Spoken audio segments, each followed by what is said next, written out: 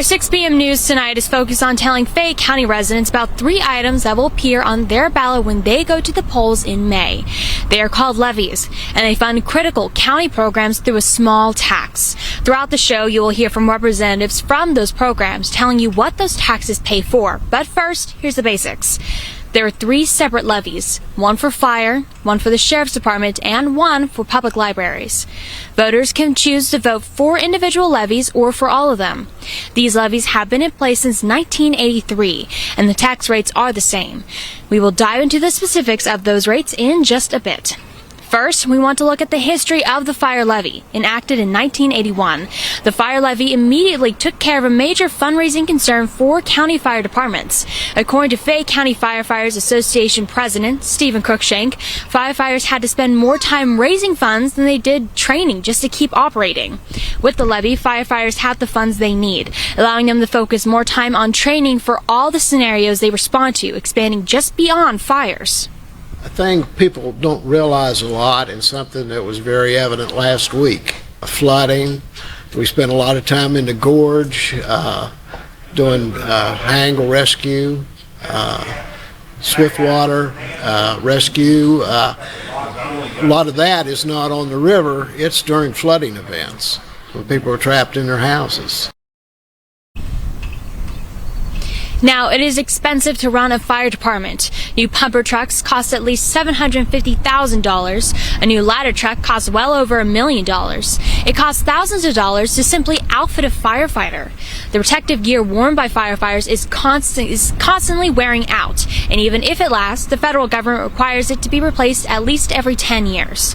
All those expenses are paid by taxes and grants. There's no charge for any service county fire departments provide. If you're a Fayette County citizen and you pay taxes, there is no charge for anything that we come and do. Tornado, fire, water, car accidents. We run an awful lot of car accidents.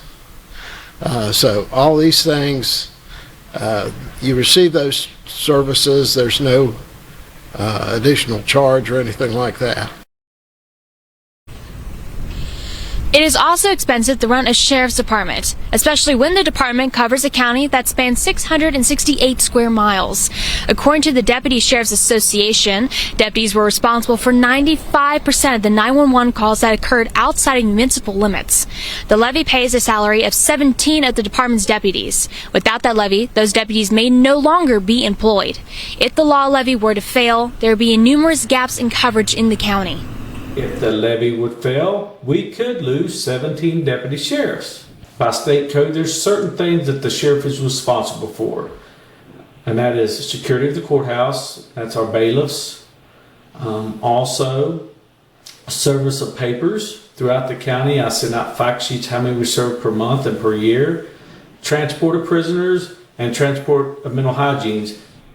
We would not be able to do 24/7 anymore. We might be able to do an evening shift. We might be able to do a midnight shift. We would have to talk to our partners again, the West Virginia State Police, and they would have to cover a shift because it would really, we wouldn't have pro officers. Even though the Board of Education reimbursed and pays for it through their levies to have pro officers in schools, our function would be different because we would have to take care of the county as best we could.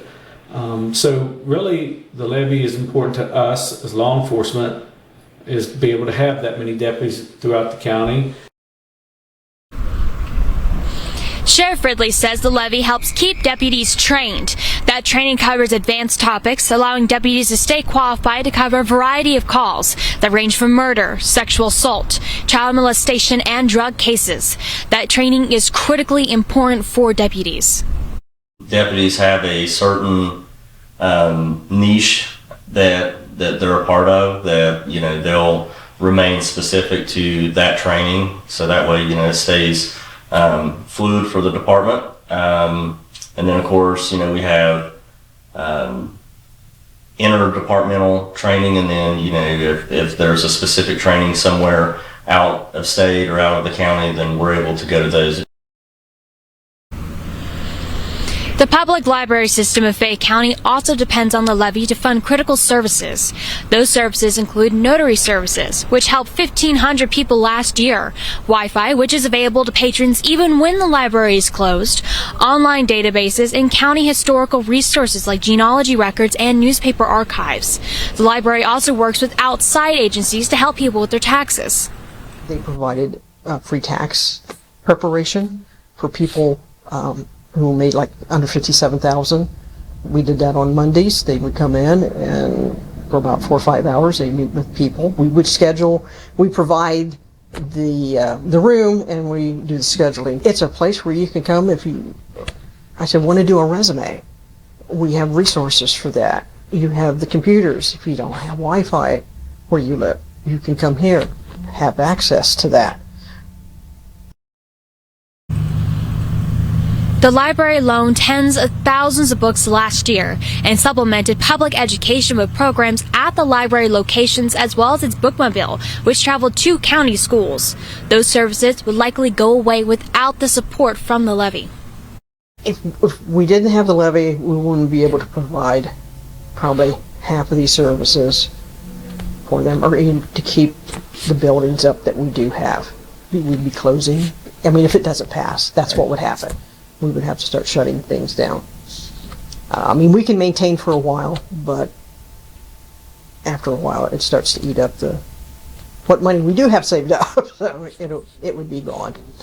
But we appreciate patrons coming in and using what we have, and we just want to encourage them to keep coming in. Here's how the different levies will break down in taxes. The rates are different for the 4 different classes in West Virginia. Class 1 refers to intangible personal property, while Class 2 refers to homes and other residential property. Class 3 refers to any property outside of a municipality that is not taxed in Class 1 or 2, while Class 4 refers to property inside a municipality that is not taxed in Class 1 or 2. With that out of the way, here are the rates for each levy. Across the 3 classes for the fire levy, Class 1 pays 3.61 cents per $100 of assessed value.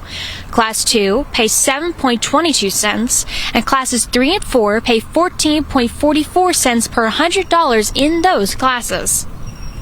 The law enforcement levy will cost 2.43 cents per $100 of assessed value for Class 1. For Class 2, it will cost 4.86 cents, while the rate for Classes 3 and 4 is 9.72 cents per $100 of assessed value in those classes. Now, for the library levy, it will cost 1.11 cents for every $100 of assessed property value under Class 1. Class 2 will cost 2.22 cents, and Classes 3 and 4 will cost 4.44 cents for each $100 of assessed property value in those classes. If all 3 levies passed, the combined rates would be 7.15 cents for Class 1, 14.3 cents for Class 2, and 28.6 cents for Classes 3 and 4. Again, those rates are per $100 in assessed value for each class. The first responders who work in these departments say that the levy keeps them trained and equipped, which by extension keeps them safe. We used to get on-the-job training. Right. And in a controlled environment, we can teach many things to operate safely. And like you say, our goal is everyone goes home. People don't realize we're 24 hours a day, 7 days a week. If it's Christmas and you're watching your little kids open packages and somebody's house is on fire, we go. Those times can't be replaced, but it's something we do because it's in our heart to serve the community. As we mentioned, the levy funds the salaries of 17 deputies, a sizable contingent of the Fayette County force. Deputies feel that Fayette County has the backs of law enforcement, and they say that knowing that they are supported makes their jobs even easier. One thing I love about our county is it's pretty pro law enforcement, so knowing that that support is there and that people are voting yes for that levy to not only have the safety and security of the county, but also knowing that those 17 deputies that could be affected will still be currently employed. The people who work in and sacrifice for county fire departments, sheriff's department, and libraries are largely not allowed to outright endorse the levy. However, one person who can is Sheriff Ridley, who is an elected official. He is asking Fayette County citizens to vote yes to all 3 levies. Does every penny make a difference? It does, and it especially does to these 3 entities within the levy. You know, if you support the men and women of the Fayette County Sheriff's Office, I'm asking you to come out and support not just our levy, support all 3 levies, and let's keep going and getting better within Fayette County. Thank you again for tuning into our special report on levies on the ballot going forward. Now, one editorial note before we close. A graphic in today's show misidentified the director of Fayette County Libraries. Her name is Becky Cullum. Thank you again for watching us, and David Muir has World News Tonight next. Don't miss it.